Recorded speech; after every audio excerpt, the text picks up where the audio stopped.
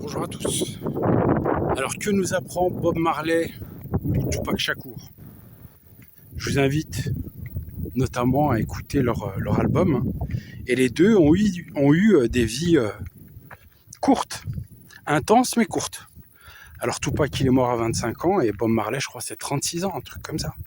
Donc ils n'ont pas fait long feu, ok. Mais ils ont une vie courte mais bien remplie. Et notamment d'un point de vue artistique. Alors que nous révèlent ces deux artistes? Quel est le fond? En tout cas moi ce que j'en ai compris, et je vous le partage dans cette vidéo. Eh bien par exemple par rapport à Tupac qui dit clairement que la haine qu'on transmet à nos enfants, c'est ça qui détruira le monde. Ok. Et Bob Marley dit clairement, qu'on lui avait posé la question, mais pourquoi tu continues à faire des chansons, etc., engagées politiquement, etc. Et lui, il a dit une chose magnifique. Il a dit clairement que le mal dans ce monde, il prend pas de vacances, ok. Donc, il convient justement, de prendre son bâton de pèlerin et d'arpenter le chemin de la vérité, le chemin du bien en fait. Voilà, de faire un contre-feu, de combattre le mal, peu importe les moyens. Lui, son moyen de combattre le mal, c'était son art, c'était les chansons, c'était la musique, etc. Et on peut dire que d'une certaine manière, il a quand même réussi. Et c'est comme ça que des légendes naissent, que des icônes naissent, ok. Et moi, je rejoins complètement ces deux artistes que j'admire. Moi, j'aurais bien voulu aller voir les deux en concert. Malheureusement, ce n'est plus possible. Mais je les rejoins complètement. Le mal dans ce monde, il est... Waouh.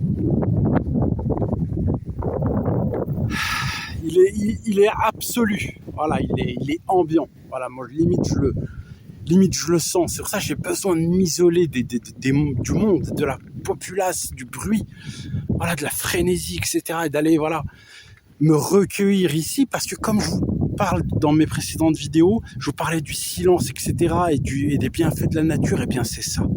Au même titre que les ecclésiastes, eh bien je les rejoins complètement.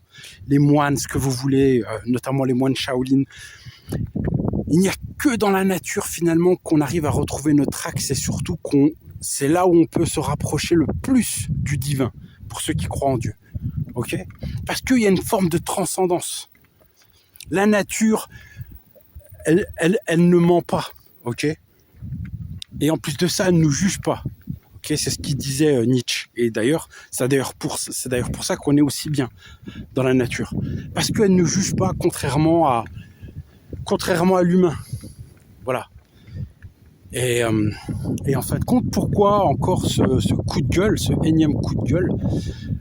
Eh bien, c'est par rapport à la bêtise ambiante, quoi.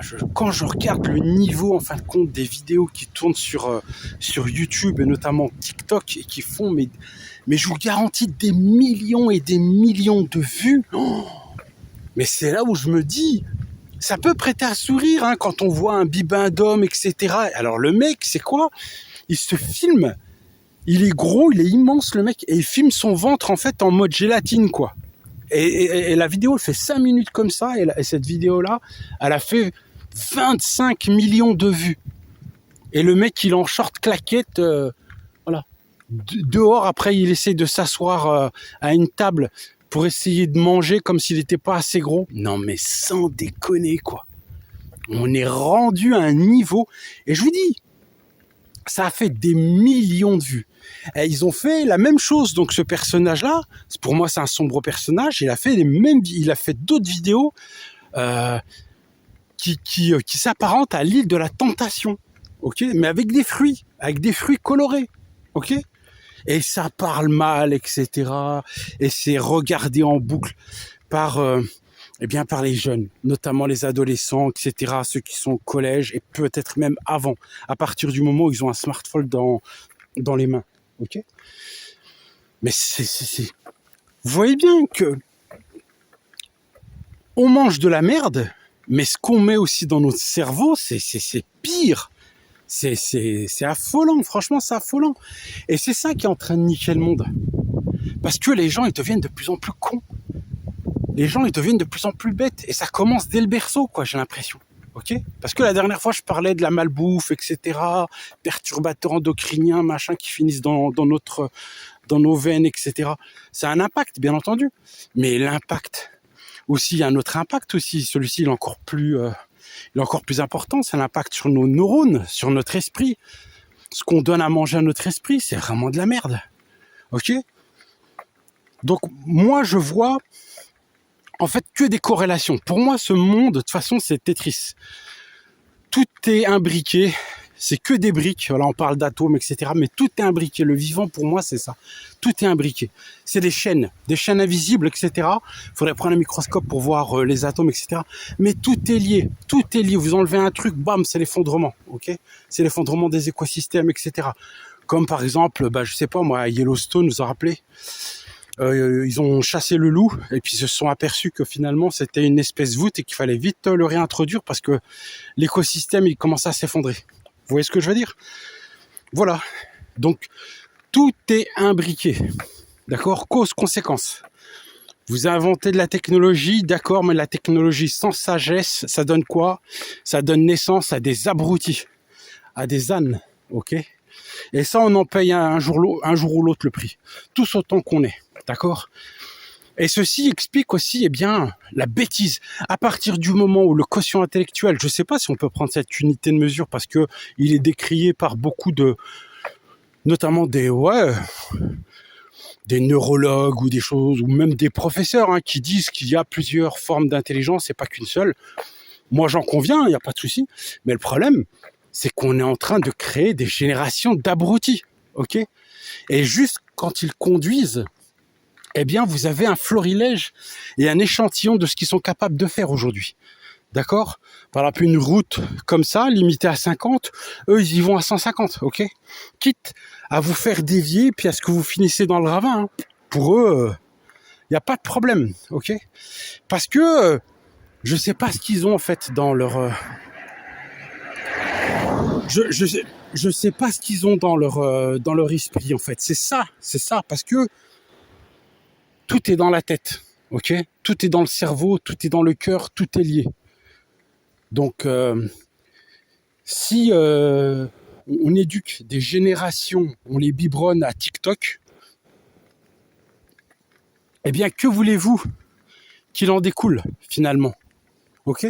C'est quoi la cause-conséquence ? Ok ?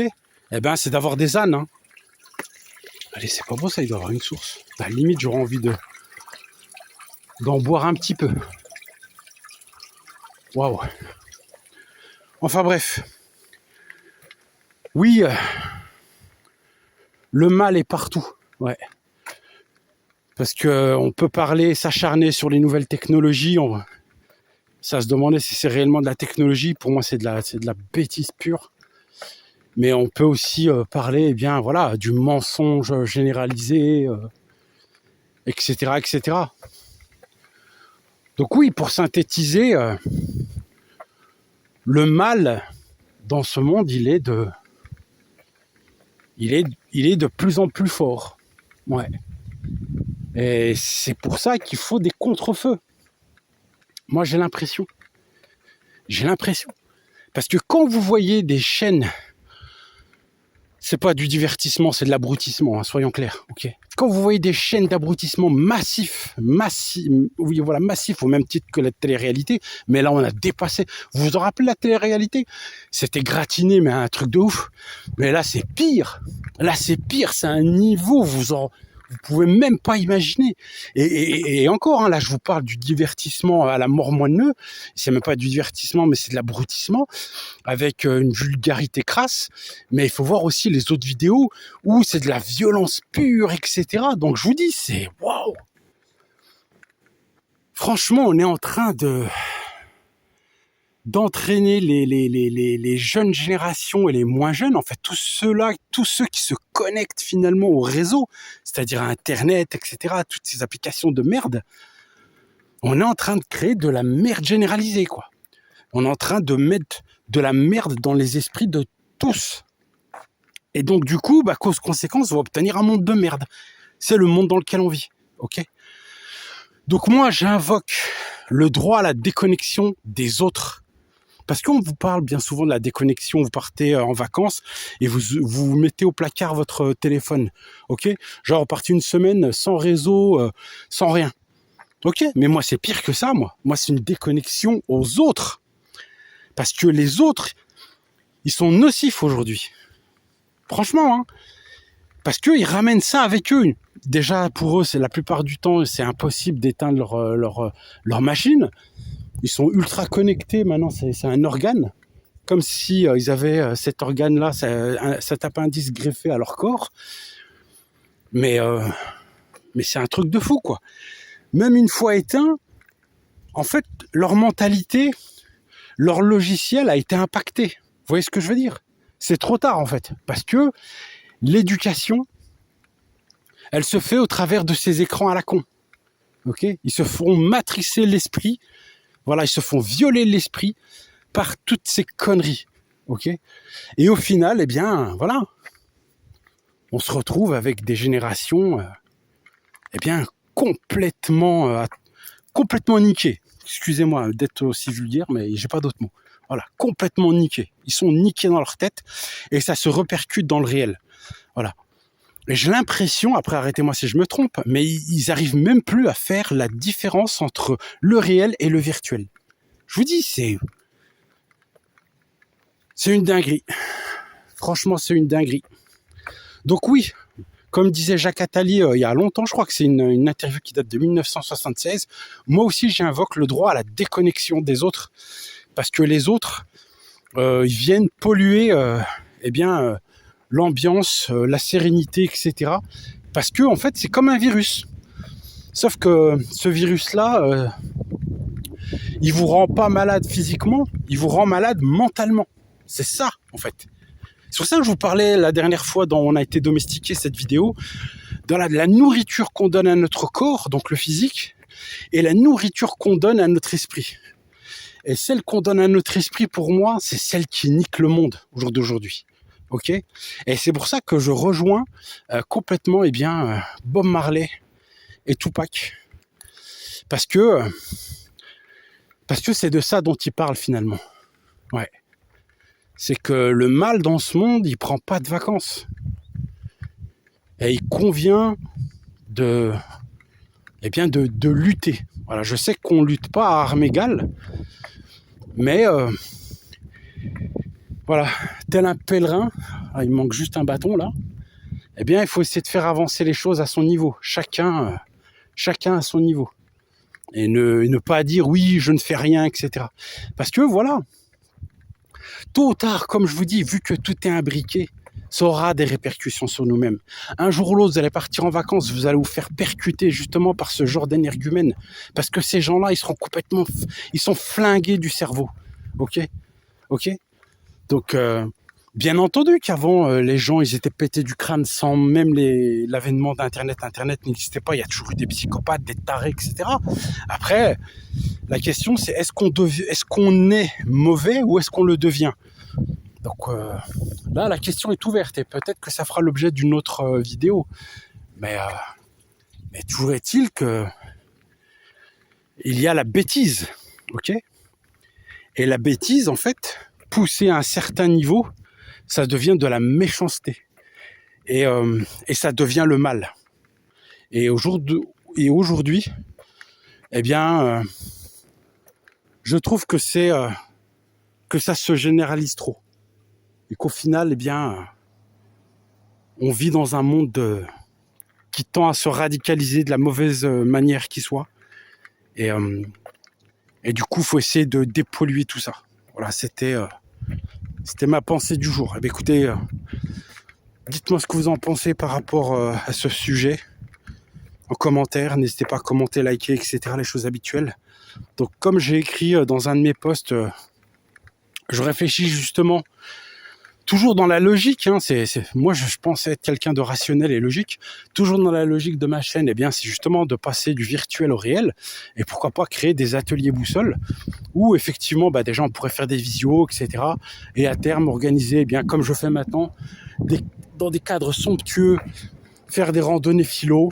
Ça peut prendre plein de choses, hein. Après, au fur et à mesure du temps, voir ce qui est possible de faire. Je sais qu'il y a des associations pas très loin de chez moi. J'ai commencé déjà à faire du repérage.